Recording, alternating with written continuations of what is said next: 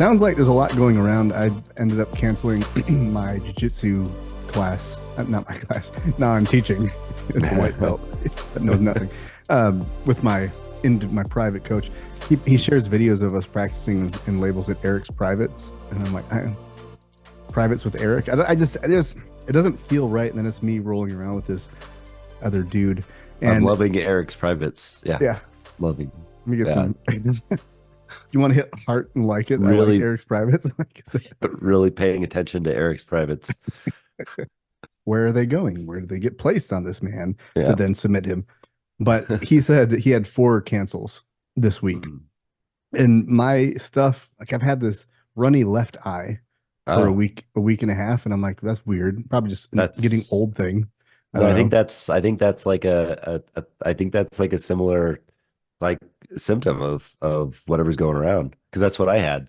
It was Mm, just like my eyes were getting all cloudy yesterday, and I had to like yeah. that's why I'm wearing glasses, and not because I want to look smart Mm, because that doesn't help. mm, But no, like it was just like getting cloudy, and then it just like started clumping up, and it was like really gross. It's kind of scary actually, but yeah. yeah, I was really scared. But losing vision in any kind of way is never a fun experience, I would say. I Yeah, think it's right. fair. Yeah, But then I got fatigue and I still have this part of my throat feels like there's something there. yeah, And so I was like, I can't go do this. But that was like one day. And then today I feel okay. I don't feel great, but like I went out for a run. I think it was like 18 minutes. I was trying to get 20 in, but I got home and I was like, I'm not going to go run another two yeah, minutes to hit my time or whatever. But slow, a little bit of up tempo stuff. You play with it. And then the topic of today is talking about comparing journeys and how everyone's on their own journey and how we can be similar, but also honor the differences. And I want to talk about comparison and the Robert of Joy, but comparison is actually a good thing if you do it well. So mhm, poor comparison is the Robert of Joy. And that whole idea of running when you're not feeling well can go one of two ways. It can be good for you. It can actually help potentially boost your immune system depending on how sick you are, or it yep, can make you even more sick or make you more sick regularly because you're never giving your body a chance to recover. And so there's a tremendous amount of wisdom that you need to have about yourself and not just listen to someone who says when you're getting a cold, you want to make sure you keep exercising because that will help you boost your immune system. And then people go to a gym, they do like an intense workout, they get everyone else sick, and then they get themselves sicker, and they're like, oh, I'm not washing my hands. There's so many variables that go into it. So you have to have that critical thought. And yeah, so I feel really good that I went out and ran. I got a boost of energy, slow pace, but I then felt okay. And I was like, let's do some a little bit faster, running and because that feels good. That mentally feels good to me, but you're not doing it mhm, for a mile. You're doing right. it for little stretches just to feel that goodness in you. And so when you're comparing your experience in life to somebody else's, have you personally found ways that maybe make you go into more shadowy kind of robbing of joy versus, oh, of course, why would I expect this because I'm not doing this? Or, oh, that's what I have to do to get here. What are your left and right limits? How do you navigate that conversation? If you can think of it, because you're sick right now. So you might go, I don't even know if you're real right now, man. Yeah, well, yeah, I mean, I've always struggled with that. I've struggled with the comparison idea because and this is usually a challenge with beginning anything for me, or for a lot of people too. But when we first get started, it's hard to start because we are already comparing ourselves to that top metric or the people that are right above us. And so I get trapped in that zone of like when I'm starting, I see that the climb is long and it's going to take a long time for me to get to that point and to where I want to be instead of just really enjoying the process of learning and enjoying the beginner process or beginner of something. I do see a lot of like that comparison idea of like, wow, I wish I was there, but I'm not right now. And I think in those instances, yeah, I think the default is to go dark, but more often than not, I try to train myself to go into what I've already achieved, where other people might be envious of me. Kind of change that perspective a bit. And then I'm almost like doing a comparison of the me that I was Mm. yesterday or 10 years ago. I like this. I like this concept, and it's been toyed around a little bit with by Benjamin Hardy and a few others. But it's this idea of of looking at, your future self versus your current self versus your past self. And when I look at where I came from and where I am now, I could go back in time, get in my DeLorean, fire up the flux capacitor, Hmm. and then get back to 10 years ago and tell myself, hey, you're going to achieve all of these things. And let's call it like 13 years ago instead, because that's a little bit more. But I would tell myself like, hey, you're going to achieve all these things, and my former self would be, that's bullshit. I'm never going to get there, Hmm. and it's the same with like, then I can think forward to my future self telling me where I'm going to be 10 years from now, which will be, probably behind a dumpster somewhere, I'm sure. But, anyway, but like, I'm, You're dead, but, man. I'm kidding. But in real, really, like I could be doing these amazing things 10 years from now that I'm telling myself about. And that's just, I think that's how we kind of have to look at it.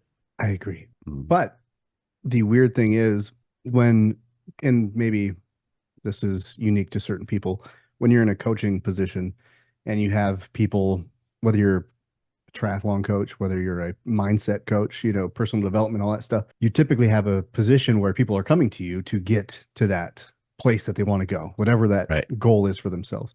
Right. The interesting thing that I've been discovering recently in my own coaching practice is I can't remember if it was you or who told me this, but it was what you can do and what they can't. Between that gap is your genius, and that's what you can help them understand how to do.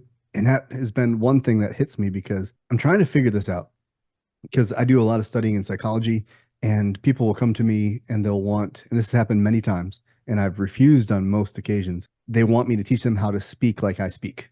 When I give Hmm. a speech, it's different than this, but it's similar in the sense of the way that I'll go through a story, perhaps.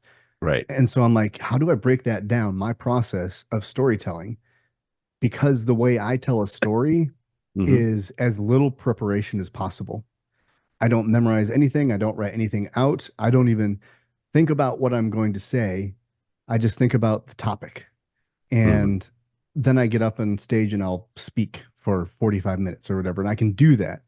And I can have my brain connect to these stories that are seemingly not connected. And then I can make bridges. And I go, how do I teach someone that? Because the Hmm. more I research it, the more I realize my brain and your brain don't work the same. Right. And that's a good thing because we need everyone's brain to work in certain ways because I might have an ability that you don't, and you have an ability that I don't. And then we come together and we can be strong where the other one's weak. But when people want to learn to speak like you, the problem with that is I don't want to teach someone how to speak or tell a story like me. Right. I want to teach you how to figure out how you tell a story. And I've had a Hmm. lot of people come up to me when they want that. I gave them one example. This guy was like, "Oh, I can't. I wish I could tell a story like you." And this is a connect group kind of a thing. And I said, "Well, what do you love?" And he's like, "I love baseball. That's probably my favorite thing." And I said, "Okay, just tell me a story about if you just think about it right now. How does baseball mirror your life? Maybe the struggle, the success, what?"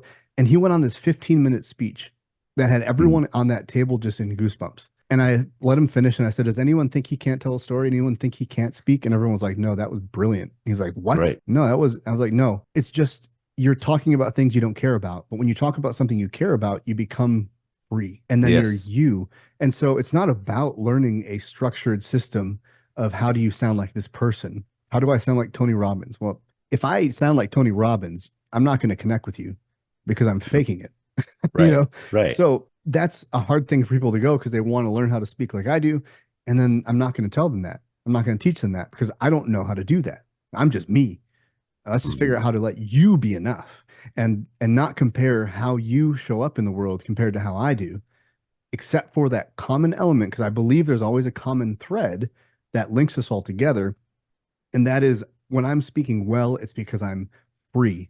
I'm unhindered. I'm not worried about what anyone's thinking. I'm truly speaking from a place of authenticity and letting whatever happens happen and not being like, do people like metaphor? Do people like the fact that I'm emotional right now? Do people want me to give facts and I'm trying to pull a statistic that I don't know that well? Or Brene Brown, I'll talk about Brene Brown, even though I don't know all of her stuff that well, just because I feel like you don't think I'm good enough. So I'm going to all of a sudden, all of a sudden, everyone pulls away Yeah. and I fall short. And then I tell myself, oh, I'm horrible. I'll never be as good as this person. So in your speaking, because I mean we both have given speeches and that's part of who we are. Have you found that you are maybe modeling yourself after someone, but the more you connect with what you care about, your ideology or whatever, that it's helped you, or do you find in your specific that you have to have it memorized, you have to script it out, otherwise you feel too lost, or what's your process? Yeah, so I've taken it both ways, and I think you have the right approach, in my opinion, that, and I like what you said there about how we have to coach people to find their own voice and their own method in that, because and I think that takes a little trial and error. It just takes reps. Like I went through an entire course last year where I learned to draft an entire keynote, write it out like it was a script. Like, because you're in movies. I mean, there's scripts where you have to memorize lines and you have to do that. And I was trained to create a script that I was going to speak on stage, basically verbatim, and perform it like an actor, right? Mhm. And I learned that, and it was a great speech, and I delivered it a few times, and it sounded memorized because I personally cannot necessarily convey, or at least I haven't had enough reps to do this, but I can't convey the natural feeling of authenticity through a memorization process. I'm like you. I have to build a story. I can have the concepts of the stories and the lessons and put those pieces into place. And I do that well. But yeah, the memorization piece, it's a little foreign to me. I think for others, people who can do that, they do it really well. I mean, you look at I don't know how Brene Brown does it. I get the feeling maybe she's somewhere in between, Yeah. but if you look at certain speakers out there, people who deliver one man shows, one person or one woman shows, those are scripted, but they're highly emotional. And I think those are, and I think they have the craft of being able to do it memorized. And that's one of the, I think the first things you have to figure out if you're a speaker, if you're going into that, how do you perform better? I could also see the type who are afraid of going up naked and saying, well, I can't just deliver on the fly. What if I screw everything up? What if I forget everything I was going to say? What if I fart on Mm-hmm. stage Hmm. and everyone laughs at me? It's like I need everything like tied down. I get that. That's I my OCD brain tells me that too. But but you just have to really know yourself and then trust yourself Yeah. in whatever path you take. Yeah, know yourself. That is the key where memorization occurs in one way or integration occurs in another. And Mm, so memorization is good, integration is better.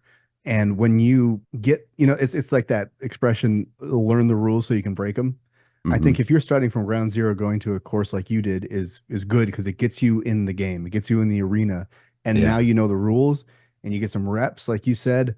But the key is the more you get to know your story, the less you need to memorize it because Right. now oh, that reminds me of Iron Man France, and now I'm going to tell you a 20-minute story about Iron Man France because it's relative to here. You start to share it, and one of the reasons I share on podcast and Instagram and videos is so I am always connected to my life experience. Because when Hmm. I don't do that, I forget, like you said, where I came from and what I can achieve or where I'm going, because I'll feel inadequate in the now because I've forgotten all this stuff, or I get scarcity because I don't have the evidence right at hand that says, no, you have ideas. You're not two ideas away from going broke, like you're Right. okay. And so that's one area, but another area of comparison is in physical world. I've told this is one of my favorite examples of getting started in triathlon Hmm. is what do? You go look at the best of the best. You look at world championships of Kona and you watch you used to watch the NBC broadcast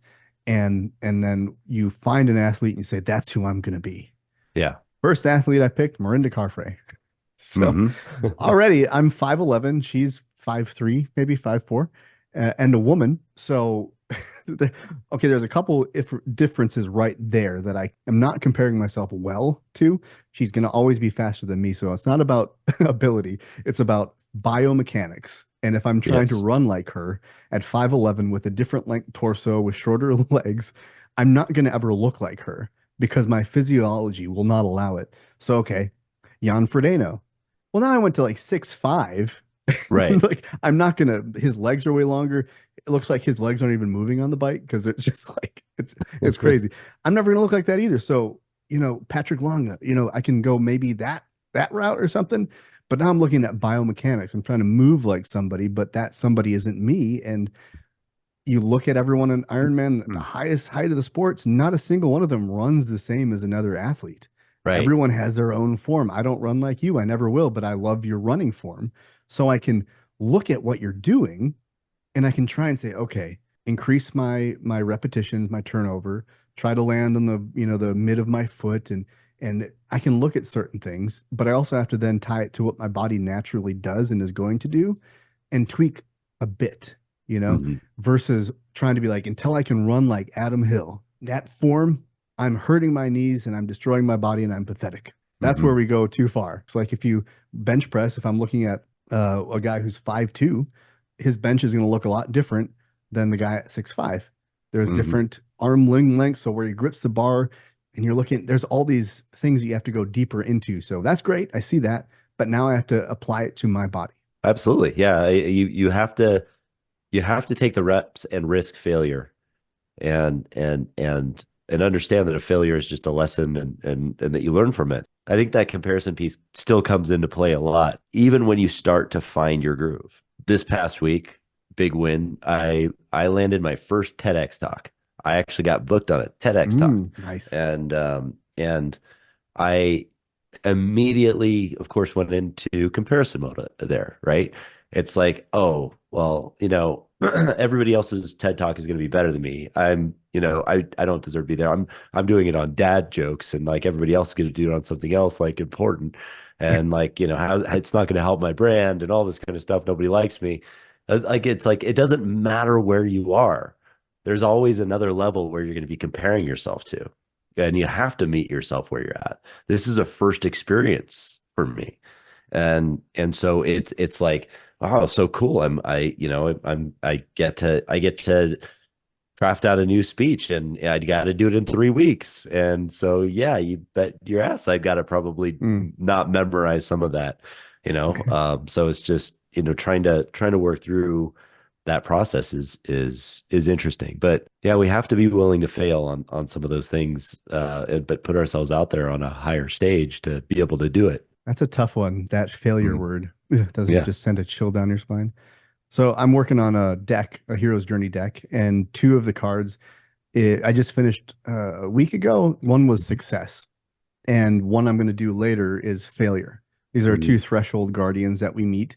Success requires a sacrifice. It requires a sacrifice of time, of insecurity, of Mhm. perfection. Like there's all these things we have to sacrifice for success. And that's what the threshold guardian, when that comes up, that's what you have to ask yourself. Where are you not willing to, or where do you need to sacrifice to become successful? Failure Yeah.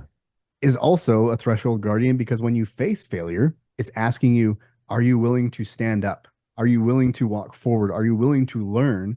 Or are you going to sit here on the ground and cry about it? Yeah. That's fine if you do. You can cry about it. Are you going to get up and then continue on?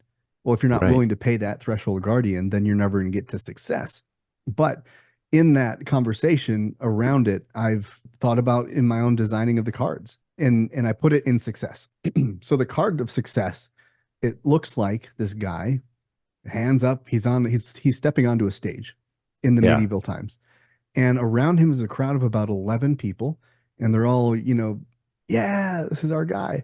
Behind him is a crowd of about 1,000, Mhm. and it's amorphic, so you don't really know who's there. I drew them looking away from the speaker or the person who's successful. You can read that card as they're looking at the person. Now, this is a crowd of 1,000 people cheering for your success. But my intention I put into it was the realization that there's going to be a lot more people looking away from me than looking at me. And if Mhm. I focus on how many aren't looking at me, it's going to totally destroy the beauty that is these 11 people, these 100 people that are here for it, that are Yeah. loving what I'm saying, that are telling me that I inspire them every day. Well, yeah, but there's Mhm. like a million people who aren't even subscribed to me.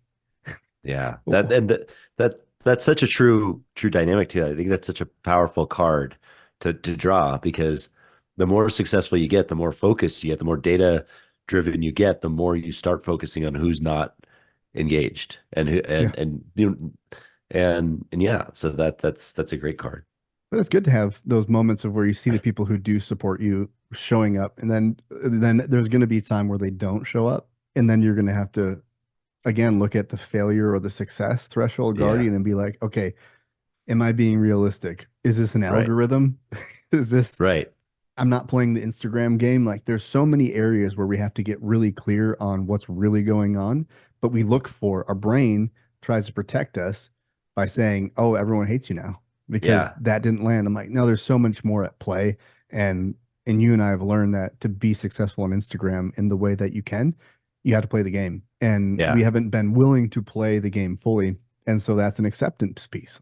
Okay, I accept it. I don't need that, but I am using it to craft my message. I'm using it to build my platform, i.e., the book that I'm writing, the cards that I'm making, the courses I'm developing. That I want people to, the thousand true fans, to find me. hmm, And it doesn't have to be a thousand, but I get that core group and then I can give them something to buy and have and hold and work through. Now we're building momentum. Now we're building, but that timeline is my birthday. This in this November I want to launch. But if it doesn't have this 10,000 decks sold or whatever, I've already resigned myself to not caring how many decks sell. The point is I will have created something and some people will buy it. The win for me, I'm not comparing myself to the other people I follow that just released their deck and it made $7,000 in 2 hours, 3 hours. hmm, I'm looking at, I created, right now it'll be 62 images. And before I started, I had a friend tell me, "Well, you seem like you're artistic. Can't you draw?" And I said, "No, no, I can't draw. But, it'd be great if I could." I lied. yeah, Why? Because I'm afraid. I'm afraid to hmm, have my art judged. I'm afraid to take on that because art is trivial. It is not to be pursued. And then it took me 2 days of just being really broken up about it and being really sad because I lied to a friend. And I then messaged her and said, "I lied to you. I am sorry. hmm, I can draw. I have drawn. I'm just really afraid to take on a deck of 60, 70 cards of transformation and go deep into my soul and put it on paper and or digital, pens and whatever, and have it not be good enough." yeah, And you know what I'm going to do? I'm going to do it. And I'm not yeah, going to care how much it sells. And here we go. And I just did it and I loved it, Adam. yeah, I've had such a blast wrestling with these cards. I just designed two more today for the third time because I don't conceptually, I don't like this idea. Let's try this instead. And it's just rough in kind of stuff, not even the finished stuff. And I like that too because every iteration gets closer and closer. yeah, And it's yeah, that battle that I'm facing and the emotion that I'm healing through this process.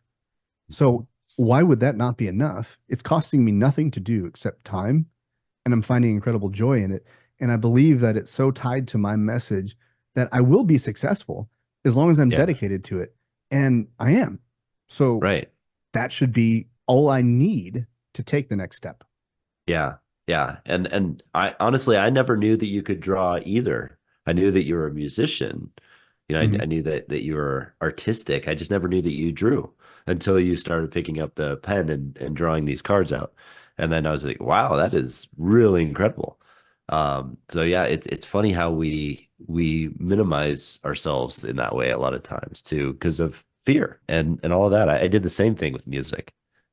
I did the same. I had the same idea of like, yeah, I play, but I'm not that great. I used to play cello and like, but yeah, I don't like I can't play or sing. And like yeah, once I admitted like, yeah, I can sing, guess what? I became a better singer. And What? like when you actually start to lean into it, admit to yourself that you can do something, you start to do it. So the first person to stop lying to may just be yourself. Indeed. Yes. I don't know if you'll be able to see it. I'm gonna try to hold this up. These are gold coins, one of the ones that I'm working on. Yeah. And what I love about this is how imperfect it is. I was like, I couldn't even start it because it's kind of an off angle, so they look a little oblong, but they are Uh, not perfect circles. And I spent a good half hour trying to make perfect circles with like spheres, and then I was going to copy and paste and make them all, but I was like, screw this. It's Yeah. the medieval times, right? Like, so they're not going to be perfect coins. They're probably hammered, and these are better than every medieval coin there ever was. Right. But the point is, I realized how shaky my lines can be. and it fits with the art style I'm going for. But I Uh-huh. chose it because I tried at first to make it like photorealistic or like an oil painting, and I just couldn't get the shading. I couldn't do it, and I was so frustrated. And so, like you've said, you have to look at where you're going and what you're capable of. So I can Mhm. draw these etch style drawings. I can do an imperfect coin, a stack of coins, and it'll work because I'm not trying to pretend to be anything else. Yeah. And so, do I want to get better at art? Yeah, but I'm not at that point now. I'm where I'm at, and I can create at this level, and I'm getting better after 28 cards of drawing. I've gotten better, but I have a long way to go because Yeah. mastery and competency and all that stuff, it takes time. Yeah. But Yeah. it's foolish for me to then go photorealistic and then just be like, I suck. Well, yeah, you I, don't know that skill yet. yeah. Well, yeah, yeah, and I mean there's beauty in imperfection too. I mean, those who can master bringing the beauty out of imperfection are the true artists. I get photorealistic. I mean, it's like, okay, well, in a way, and I'm not into the visual art world that much anyway, so I'm probably totally off base.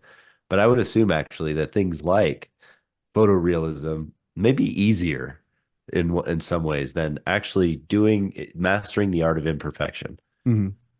because that imperfection that you're putting out there, that is actually beauty in and of itself. Every little line, every shaky line that you're talking about there is a human element of that piece, Yeah. which is and what so when I look at your drawings, that's I see the beauty in it.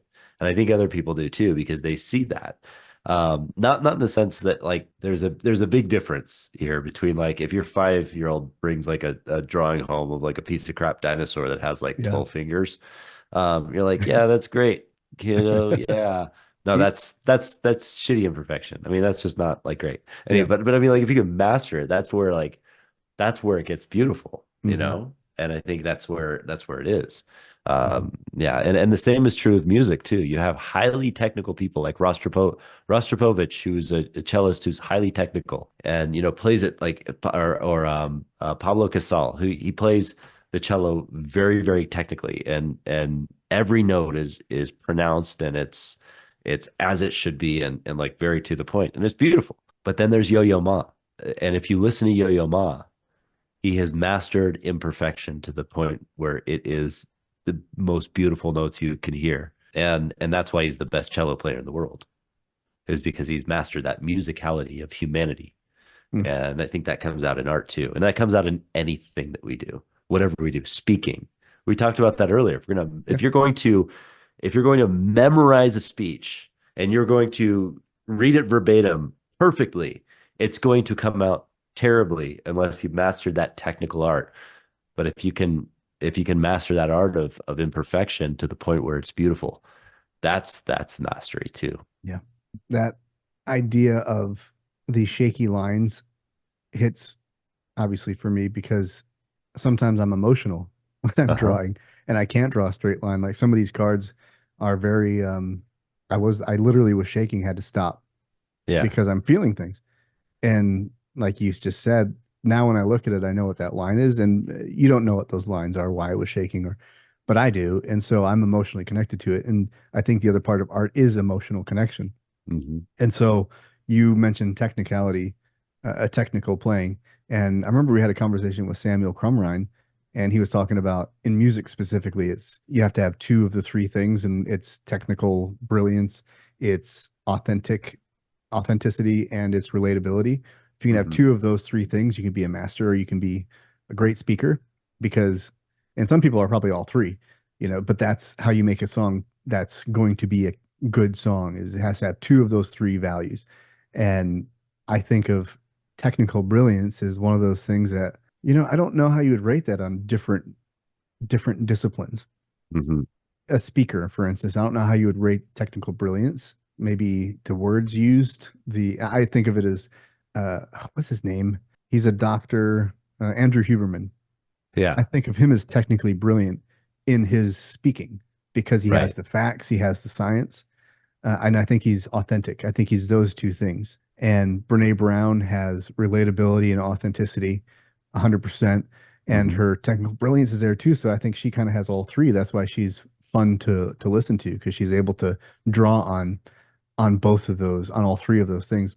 And moving into family, like you mentioned, the drawing of a child, there's our ability as a parent to give the blessing, or a viewer to give the blessing related to the aptitude of the person. And so we start drawing those 12-fingered dinosaurs. And to me, I'm like, that's awesome. Keep going, you know? Yeah. And I remember once my daughter asked if I like, she's like, I'm not really that good. And I'm honest, so I'm like, well, no, what are you comparing it to? Are you asking me, is this ready for a museum? No, Hmm. nowhere near it. Are you asking me if it's better than you were last year? 100%. Because I say, if I see improvement, then I'm cheering for you. That's Yeah. amazing. But Right. no, I'm not. And because you thought I was like lying to her, like I'm not. That's much better. I'm like, well, yes, but Yeah. I'm complimenting you on your progress. And this is a topic in parenting and family that, again, comparison is brutal, because my family unit is different than your family unit, is different than my neighbor's family unit.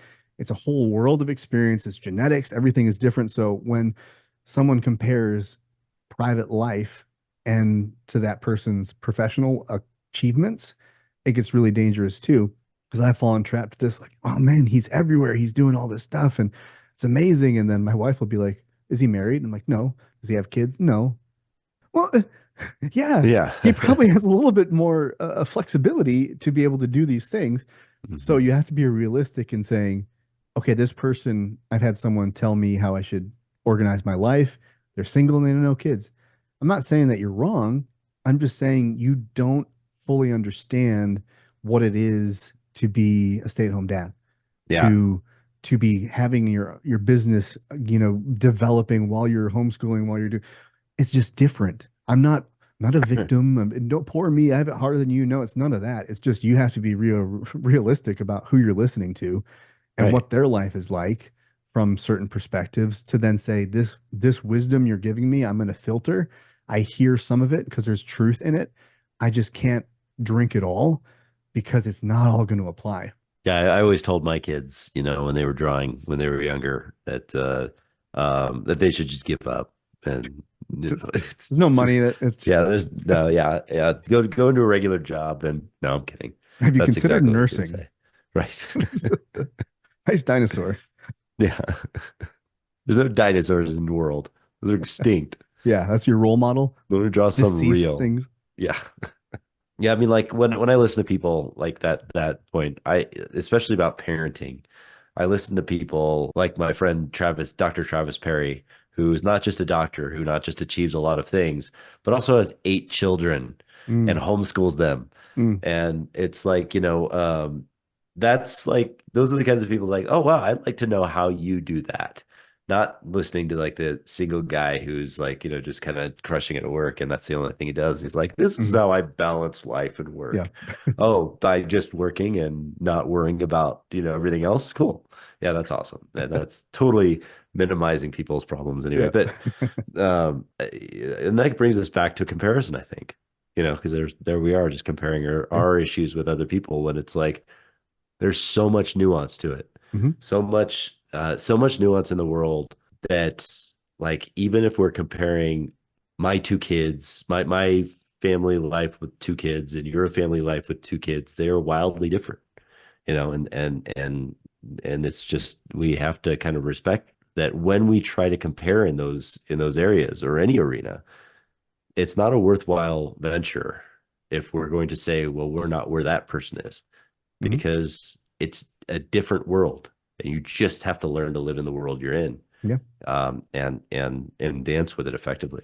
Yeah. And limit the shame too. And a kind of a silly example of this, but I think it's relatable, is if I go to Denver, Colorado and hang out with someone who lives in Denver and we go for a walk and I get out of breath, I can very quickly be like, Jesus Christ, I'm out of shape. And Mhm. what's wrong with me? This person's not even breathing heavy at all. We haven't even walked up a hill. Well, yeah, okay. So you went above sea level quite a bit, and it is different. Like I remember going to Fort Collins, Colorado, and walking up steps, going, what the hell, man? I mean, I know I haven't been training or anything, but gee, this is ridiculous. And my friend's just walking all easy.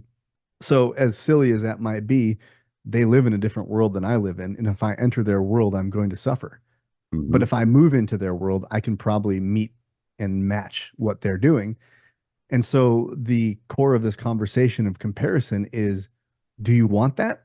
Do you really want to go into their world, whoever that is? I'm talking professionally, I'm talking creatively, I'm talking whatever you're comparing yourself to athletically. Do you want that? Do you want to be a pro cyclist? Well, okay, go get the information, figure it out. Are you single? Do you have a family? Okay, either way, if your family, can they handle 20 hours a week on the bike? Like, you cool with that? Like, oh, cool. Yeah. If you can make that work, fantastic. It doesn't matter.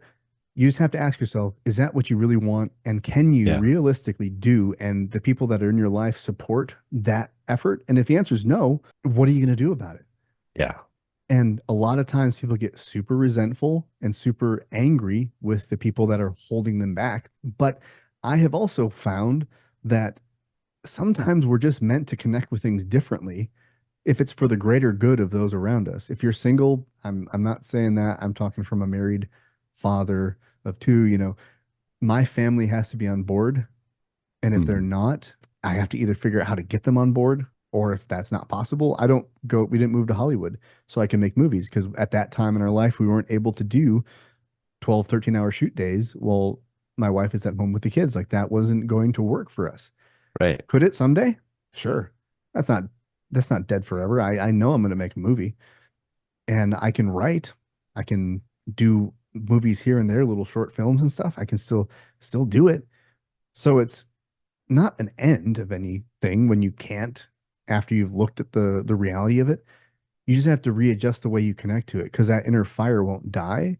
And if you have to have things a very specific way, otherwise it's not good at all. Like you can't be a pro athlete, but you don't even want to go run or lift weights. There's a different problem there. Right. And you should get excited about that because when you find those problems, there's breakthrough on the other side of that, which people also Yes. hate hearing failure and Right. like, oh, I'm supposed to learn from this and this is my problem. No, it's not my problem. You might be wearing the mask of the accuser at that point and blaming everybody else, but really you're just needing to become adaptable and figure out how to connect with that fire, that passion until there is a time where maybe you can connect with it in a fun way that, you surprises you. The obstacle is the way. Yeah. You touched on something really important there. When you run into those obstacles or those problems, you often find the solution to the problem, the very problem you're having. If you can get creative about it and you just don't like slump into the victim mentality, just get into solutions mode. When you could solve that problem, again, kind of going back to the music, if you look at somebody who improvises music really well, they're constantly creating problems. They're going up an ascension and on a pattern of notes and getting to a point where they're creating uncertainty that happens beyond that, and they're building that as it goes, or speaking or anything like that. And if you can learn to navigate that uncertainty or that those problems, you can begin to excel at those things. And I'll close with this thought. It's an expression, I forget who made it, but I love it. It's fate leads the willing, the rest she drags. It's something along those lines, but that's how I like saying it. And that is very much what we just were talking about, where if you can't figure it out, Yeah. the fate and the universe, they're going to make you figure it out. And it's not Yeah. going to be pleasant. And so, an example of this for recently in my life, the obstacle is the way, fate leads the willing, for the rest she drags, is with coffee. I thought I was okay with coffee. I didn't think I had a problem with it. I thought, I didn't get headaches if I was off of it or whatever. So I'm good. And honestly, I didn't really go without coffee for more than a day. So I didn't really ever fully know, but oh, it's an Americano. So it's fine if I have this many a day and the caffeine count, the blah, blah, blah. And people told me that, oh, you should probably stop drinking coffee and that'll help with this symptom. I'm like, F you. Like, no, it won't. And if you ever have that response to something, that's your first clue that you're protecting something. Your unconscious mind is protecting you from something you probably need to do. Because I get real defensive when people would bring that topic. Oh, that's bullshit. Like, it's not about the thing, it's about how you use the thing, which is true. But you have to be aware, are you using the thing in an inappropriate way? Because you're pretty heated about it. And where there's strong emotion, there's something else for you. And so I kept drinking coffee. And then I ordered on Amazon my 2 pounds of beans. They sent me 2 pounds of decaf. Oh, I was pissed and I got my refund. It was 4 hours of trying to find out how to get one. And then I was like, what am I going to do with this coffee? I might as well drink it. So I started drinking the decaf. And after 2 days, I thought I had the flu. yeah. I had my headaches, my irritability. Holy hell. I've detoxed from cocaine and this wasn't as extreme, but it was damn close, closer than I've experienced anything since cocaine and alcohol Yeah. because it's a physical stimulant. And my Right. body was, I wasn't impacted by it because I was tolerant of it. Yes, it used to take me 8 beers to get drunk, but it used to take me 8 beers to get blackout drunk. Then it Hmm. took me 12 to get drunk. This doesn't impact me. Yeah, because you built up a tolerance. And so caffeine didn't bother me, but then holy hell, I guess it did because I was sick for a week. And Yeah. then last couple of weeks, I drove home a 3 hour drive and I had a cup of coffee, a real one. I was high. I was zippy and I got to my mom and I'm like, hey, yeah, so we had this and this is what's happening. I mean, it's crazy that this thing happened, right? Like, I mean, and my sister's in the other room and she's like, it sounds like something's funny happening out here because there's all this laughter. I'm just binging off the wall, almost like I'm high. And I was like, holy Yeah. hell, it really did impact me. So I can't. And the universe drugged me Yeah. away Yeah. from my drug. And the crazy thing that happened was I've been feeling like I've had these heart palpitations and anxiety at night. And I didn't know what it was. Went to the doctor for it. My breathing is bad and freaking out. And then after 2 weeks of no caffeine, that stuff went away. Hmm. My nighttime anxiety, my heart palpitations, where I felt like I was maybe having a heart attack, gone. I had no idea how impacted I was by caffeine. Hmm. And now I know it's how you use it. It's not the thing, it's how you use it. So I'm not drinking coffee anymore, except for once or twice a month, maybe to meet a friend or go on a drive or whatever. And that's okay for me. I don't have a problem. Not like I'm gonna have a beer every now and then. That's a whole different conversation. But fate drags those who are unwilling. The universe will provide you an opportunity to find out just how messed up you are and just how hurt you are. Or you can listen to those prompts and start making choices that lead you to those understandings with a little bit of a softer, velvety glove versus being drugged through the briars. Love that. And I'm not giving up coffee. Yeah. You can have right off. All right, everyone come in. This is intervention is starting. Okay, we love you. And that was the whole setup is to Yeah. get you off caffeine. No, it's funny though, it is one of like Andrew Huberman, I think, said caffeine and alcohol are two socially accepted drugs. But marijuana was like this terrible fringe thing. It's like bad, bad, bad, good, good, good. And it's Yeah. not that I'm gonna shame caffeine because I still will drink it. I just know that what's going to happen if I drink it and get used to it again is heart palpitations, it's breathing difficulties, it's anxiety. Yeah. It's not good stuff for me. It's it is a performance enhancing drug Mhm. in sport though. I will tell you because if you go off of caffeine 4 weeks before a triathlon, a big Mhm. triathlon, and then you have a cup of coffee before the race, and then you go into the run and you just start pounding Coke, Yeah. you are flying off the walls. I mean, you're like Forrest Gump running past the end zone, That's like awesome. in the finish line. You're just going, Stop. going, going. It's amazing. It's like the elixir of the gods at that moment. At the moment. Coke So and coffee yeah, Coke and after coffee. sobriety. Yeah. Yes. Well, It's it. yeah, Yeah, yeah. It is funny how the rooms of AA are always filled with like cigarette smoke and that's true. coffee. It's like, yeah, you know these people. Let's just transition. That's Let's, like that's like big Folgers and the tobacco companies just making their money. that's the merger that we don't know about. That's the Yeah, real right. Illuminati. Alcoholics Anonymous and big big tobacco Yeah. and caffeine. I will say it has been easier to detox from coffee than alcohol. Very much easier. Yeah, Like alcohol was 3 months and then 8 years of like, right. resisting and like, but coffee, that's to me not on the same level as alcoholism or Yeah, the drug of alcohol. But yeah, I think we all have to find our relationships again, comparing to each other in the best way possible. It's not, we are not going to ever be carbon copies of each other. right. Whether this person drinks alcohol and caffeine and I don't drink alcohol or caffeine, I'm not going to look at his life or, and say, oh, I have to drink caffeine to do it. No, there's all these variables at play that don't really factor into that. And so you just have to get really clear on, okay, what should I really be looking at and what is causing this result? And then start making some moves, and then figure out what works and what doesn't. And when those blocks come in your way, figure out how that obstacle is the way. And it's your next big step of learning, because sometimes walking down the path, it's so we can run into a wall of failure and figure it out, because that's when we level up the next. So thank you for joining us. And until next time, journey well, my friends. And bye. Bye.